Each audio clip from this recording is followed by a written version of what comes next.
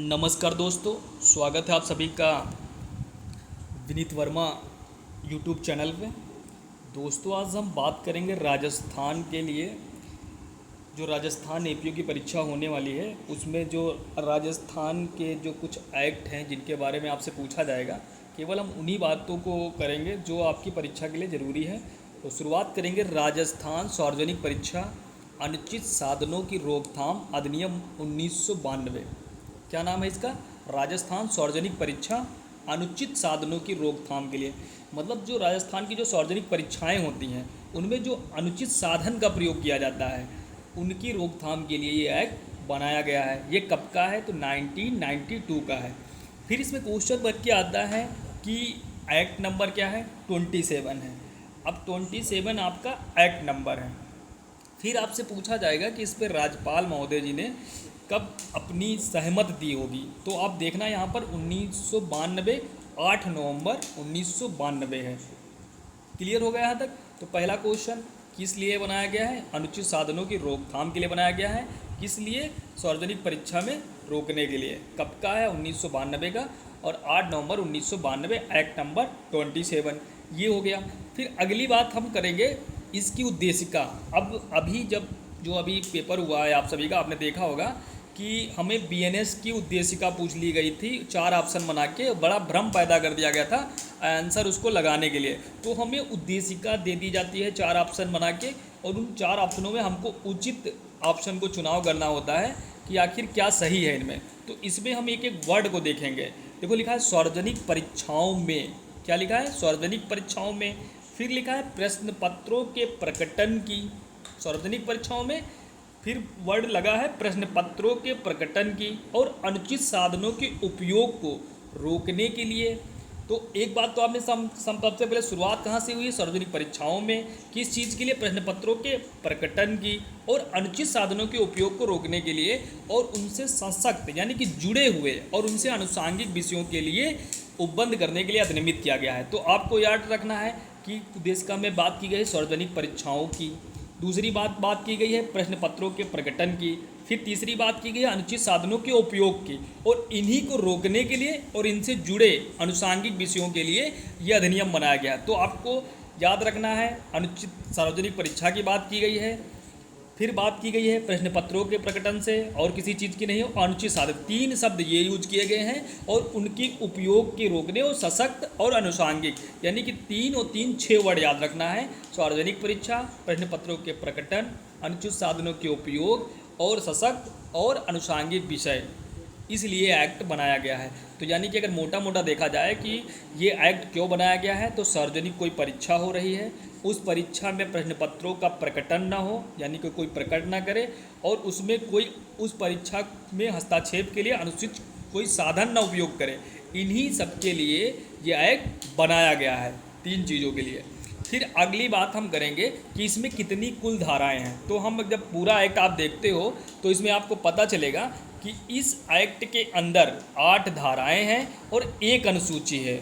अनुसूची का संबंध धारा 2 से है। और अनुसूची में आप देखेंगे तो 3 विषय दिए गए हैं। ठीक है, ये क्लियर हो गई। तो मतलब अब देखो, जब राजस्थान सार्वजनिक परीक्षा की बात है, अब संविधान में अनुसूची कितनी थी? मूल संविधान में आपकी 8 थी, और 22 अनुसूचियाँ क्या थी आपके इस समय के संशोधनों को जोड़ते हुए 22, वहाँ पर 12 अनुसूचियाँ हो गई हैं। ठीक है, क्लियर हो गया। तो 8 के बाद अब 12 हो गई हैं। फिर अब से मैं बात करूँगा इसकी पहली धारा आपसे पूछी नहीं जाएगी, लेकिन फिर भी हम पढ़ते हैं तो सभी धाराओं को पढ़ेंगे, क्योंकि इसकी 8 की 8 धारा पूछी जाएंगी। तो इसका नाम है संक्षिप्त नाम, प्रसार और प्रारंभ, यानी 3 चीज़ें। तो पहली उपधारा में नाम है, तो नाम इसका क्या है? आप सब जानते हो, राजस्थान सार्वजनिक परीक्षा अनुचित साधनों की रोकथाम अधिनियम 1992। ये लागू कहाँ होती है? संपूर्ण भारत में लागू होता है। कोई भी एक्ट 2 तरीके से लागू होता है, एक विषय वस्तु से और एक होता है उसका क्षेत्र के आधार पर। तो इसका क्षेत्राधिकार पर इसका बताया गया कि पूरे संपूर्ण राजस्थान राज्य में लागू होगा। ये राज्य का कानून है, तो राज्य पे ये लागू होता है। फिर ये प्रवृत्त कब होगा? तो ये लिखता है ये तुरंत प्रवृत्त होगा, यानी कि ये 8 नवंबर 1992 को जो तुरंत प्रवृत्त होने की बात कर रहा है। फिर हम देखेंगे कि इसमें परिभाषा खंड क्या है। परिभाषा खंड दो में परिभाषित है और इसमें 4 चीज़ों को 4 खंड बनाए गए हैं। तो पहले में तो परीक्षा केंद्र है, फिर सार्वजनिक परीक्षा है, फिर है अनुचित साधन। यानी कि हमें ये 3 वर्ड याद रखना है, परीक्षा केंद्र, सार्वजनिक परीक्षा और अनुचित साधन। परीक्षा केंद्र देखो कोई भी पहले होगा, आप परीक्षा केंद्र पे जाते हो, जो परीक्षा केंद्र पे जाते हो वो परीक्षा कैसी होती है, अपनी परीक्षा देने के लिए सार्वजनिक परीक्षा होती है, और उसी परीक्षा में प्रयोग किया जाता है अनुचित साधन। यानी कि एक क्रम है, परीक्षा केंद्र, सार्वजनिक परीक्षा, अनुचित साधन। 3 वर्ड ये आपको याद हो गए। चौथे में डी में क्या बात की गई है कि जो भी शब्द इसमें परिभाषित नहीं किया गया है, अगर उस शब्द का अर्थ हमें निकालना होगा तो किस अधिनियम का प्रयोग करके उसका अर्थ समझेंगे, तो उस समय जो भारतीय दंड संहिता 1860 का एक्ट नंबर 45 था, उन शब्दों से उसका अर्थ समझा जाएगा। ये बात डी में की गई है। अब देखते हैं कि सार्वजनिक परीक्षा की अगर परिभाषा ही उसमें लिख दिया जाए और ऑप्शन में चुनाव करना हो कि कौन सी परिभाषा सही है, तो परिभाषा भी हमको एग्जैक्ट याद करके जाना है, क्योंकि इसने बहुत ज़्यादा एक एक बात को बता दिया कि यही धारा पढ़ के जाना है, तो यानी कि वो ऐसे ही पूछेगा। तो सार्वजनिक परीक्षा में क्या इन्होंने लिखा है कि परीक्षा केंद्र से, जो 2A में परीक्षा केंद्र की परिभाषा है, तो वो बात कर रही है कि परीक्षा केंद्र से सार्वजनिक परीक्षा आयोजित करने के लिए कोई स्थान प्रेत है। यानी सार्वजनिक परीक्षा लेने के लिए जो कोई स्थान होता है वही क्या होता है, परीक्षा केंद्र। फिर क्या कहता है, और उससे संलग्न संपूर्ण परिसर शामिल है। मतलब जो उससे अगर मान लीजिए उसका टॉयलेट है, उसका ग्राउंड है, या पूरी बाउंड्री, जो परीक्षा केंद्र आप परीक्षा देने जाते हो, कोई स्कूल या कॉलेज या मान लीजिए आयोग के कोई सेंटर है, तो जो भी स्थान निश्चित किया गया है सार्वजनिक परीक्षा कराने के लिए, लिखा क्या है, सार्वजनिक परीक्षा आयोजित करने के नियत कोई स्थान, वो क्या हो गया, परीक्षा केंद्र। और उसमें एडिशनल चीज़ क्या है, क्या और भी उसका भाग होगा, तो इसका अर्थ लगाया जाए कि उसमें संलग्न संपूर्ण परिसर शामिल है। ये नहीं है कि उसका संपूर्ण परिसर नहीं है। परीक्षा केंद्र का मतलब ये नहीं कि जिस कक्षा में आप बैठ गए वही, उसका संपूर्ण परिसर भी उसके अंतर्गत आता है। ये बात कहाँ से निकल के आती है, 2A के अंतर। 2B क्या कहती है, सार्वजनिक परीक्षा। तो सार्वजनिक परीक्षा क्या है, ये 2 के B में बात की गई है। और ये बात ये नहीं कहती है कि सार्वजनिक परीक्षा क्या है, परिभाषा ही नहीं देती, ये देती है अनुसूची में विनिर्दिष्ट कोई भी परीक्षा विपरीत है। यानी कि जो इसकी अनुसूची 2 दी गई है उसमें कोई भी जो बातें होंगी वही परीक्षा विपरीत है। अब अनुसूची हम देख लेते हैं कि अनुसूची में कौन सी बातें की गई। तो लिखा है राजस्थान माध्यमिक शिक्षा अधिनियम 1957 के अधीन राजस्थान माध्यमिक शिक्षा बोर्ड द्वारा संचालित कोई परीक्षा। यानी कि परीक्षा जो अभी हम सार्वजनिक परीक्षा की बात की गई है, तो जो राजस्थान माध्यमिक शिक्षा अधिनियम है 1957 का, और इसका एक्ट नंबर 42 है। ये भी याद रखना है, पता नहीं भाई क्या पूछ ले, भरोसा नहीं आयोगों का, क्योंकि ChatGPT से वो बना रहे हैं क्वेश्चन। तो यानी कि इसमें क्या बात की कि राजस्थान माध्यमिक शिक्षा अधिनियम 1957, याद रख लेना 1957, 1857 से याद कर लेना है, 100 साल इसमें जोड़ लेना, 1957 एक्ट नंबर इसका 42 है, ठीक है। और फिर क्या है, अधीन राजस्थान शिक्षा बोर्ड द्वारा संचालित कोई परीक्षा। यानी कि जो इस एक्ट के अंतर्गत जो राजस्थान का शिक्षा बोर्ड है उसके द्वारा जो परीक्षा कराई जाती है वो क्या होगी, सार्वजनिक परीक्षा। दूसरी क्या बात कर रही, भारत में विधि द्वारा स्थापित किसी भी विश्वविद्यालय द्वारा संचालित कोई भी विधि, यानी भारत में विधि द्वारा जो भी विश्वविद्यालय स्थापित हैं उनके द्वारा कोई भी अगर संचालित कराई जा रही परीक्षा वो सार्वजनिक परीक्षा होगी। फिर लिखा है राजस्थान लोक सेवा आयोग या संघ लोक सेवा आयोग द्वारा संचालित कोई परीक्षा। तो आपसे क्वेश्चन आएगा कि सार्वजनिक परीक्षा के अंतर्गत क्या क्या कौन सी परीक्षाएं सार्वजनिक परीक्षा होंगी। तो एक होगा जो राजस्थान माध्यमिक शिक्षा अधिनियम 1957 के अधीन राजस्थान के जो माध्यमिक शिक्षा बोर्ड है उसके द्वारा जो कराई जाती है। दूसरा है भारत में विधि द्वारा स्थापित किसी भी विद्यालय द्वारा संचालित कोई परीक्षा।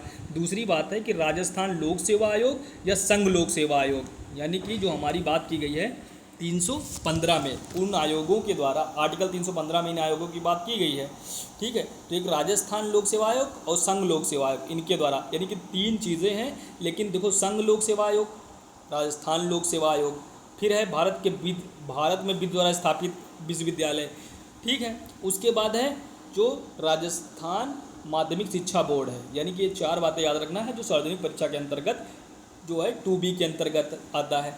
फिर अगली बात है 2C में। 2C क्या कहती है, अनुचित साधन। अब अनुचित साधन क्या है, तो उसके बारे में, किसी परीक्षा के संबंध में अनुचित साधन से किसी सार्वजनिक परीक्षा में प्रश्न का उत्तर देते समय, समझ रहे हो, किसी परीक्षा के संबंध में, कोई परीक्षा है, कैसी होगी, सार्वजनिक परीक्षा, अनुचित साधन से किसी सार्वजनिक परीक्षा में प्रश्न का उत्तर देते समय, जब प्रश्न का उत्तर दे रहा है उस समय की बात कर रहा है, किसी भी व्यक्ति से या किसी भी लिखित, अलिखित या मुद्रित सामग्री से किसी भी रूप में अपराधिकृत सहायता या किसी भी अपराधिकृत दूरभाषिक, बेतार या इलेक्ट्रॉनिक या अन्य उपकरण या यंत्र के उपयोग प्रेरित हैं।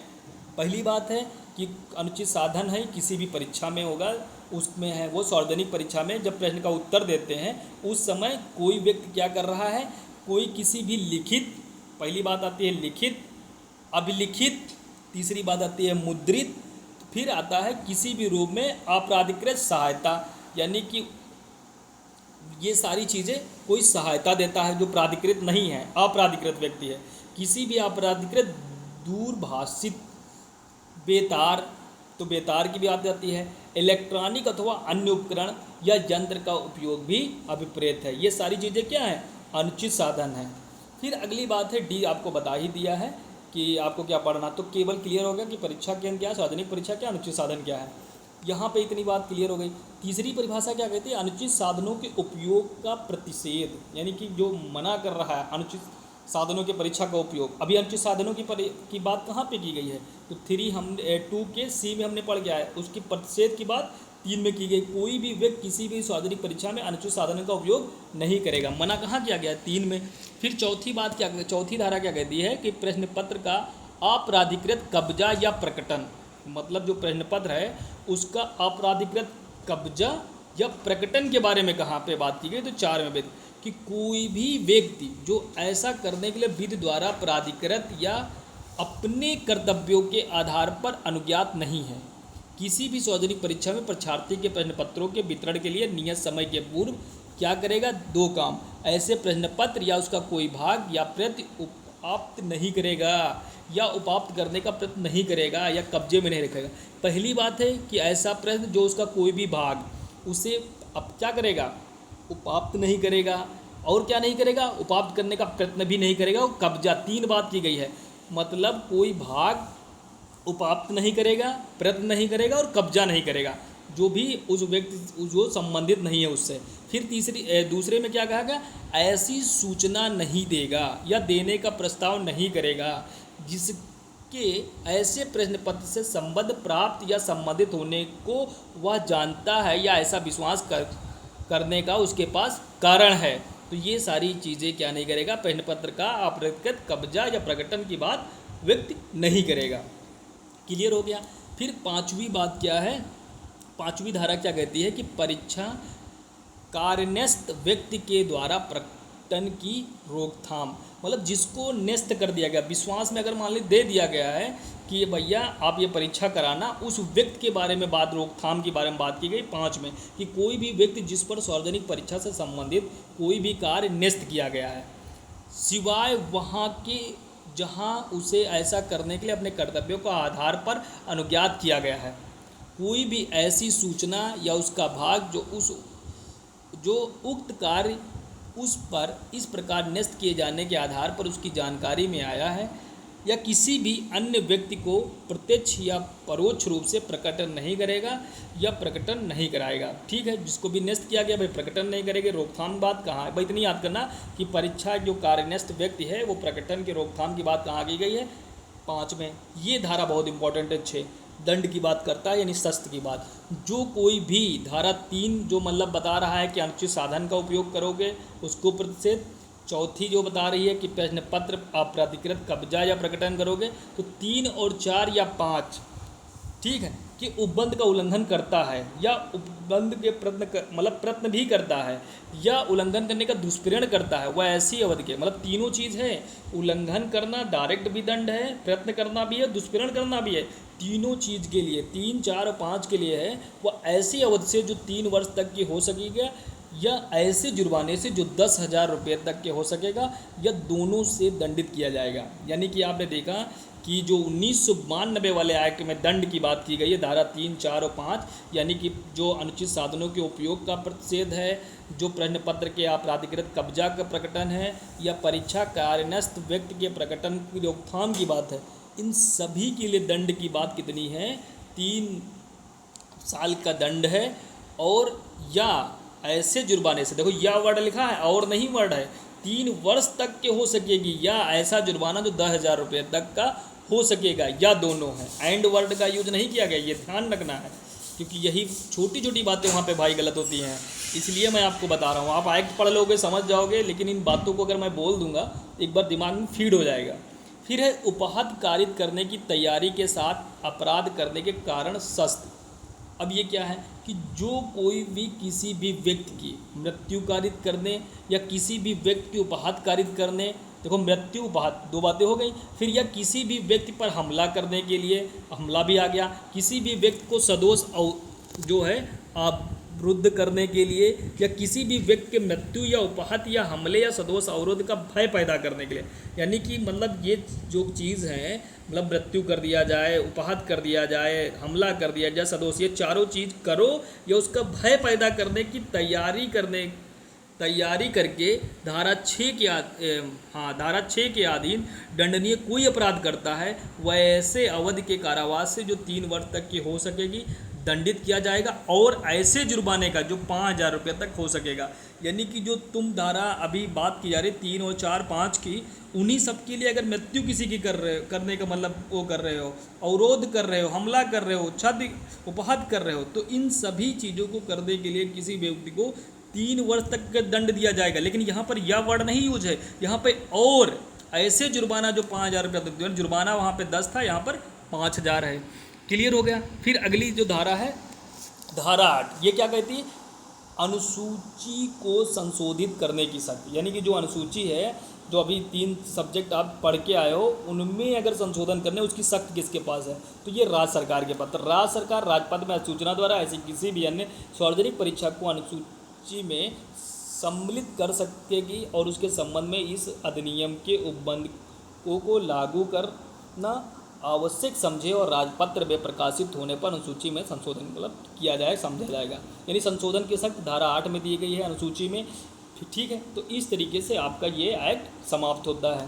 धन्यवाद आप सभी का, और अगर हमारे चैनल पर नए हो सब्सक्राइब करो और अपने दोस्तों को ज़रूर भेजिए।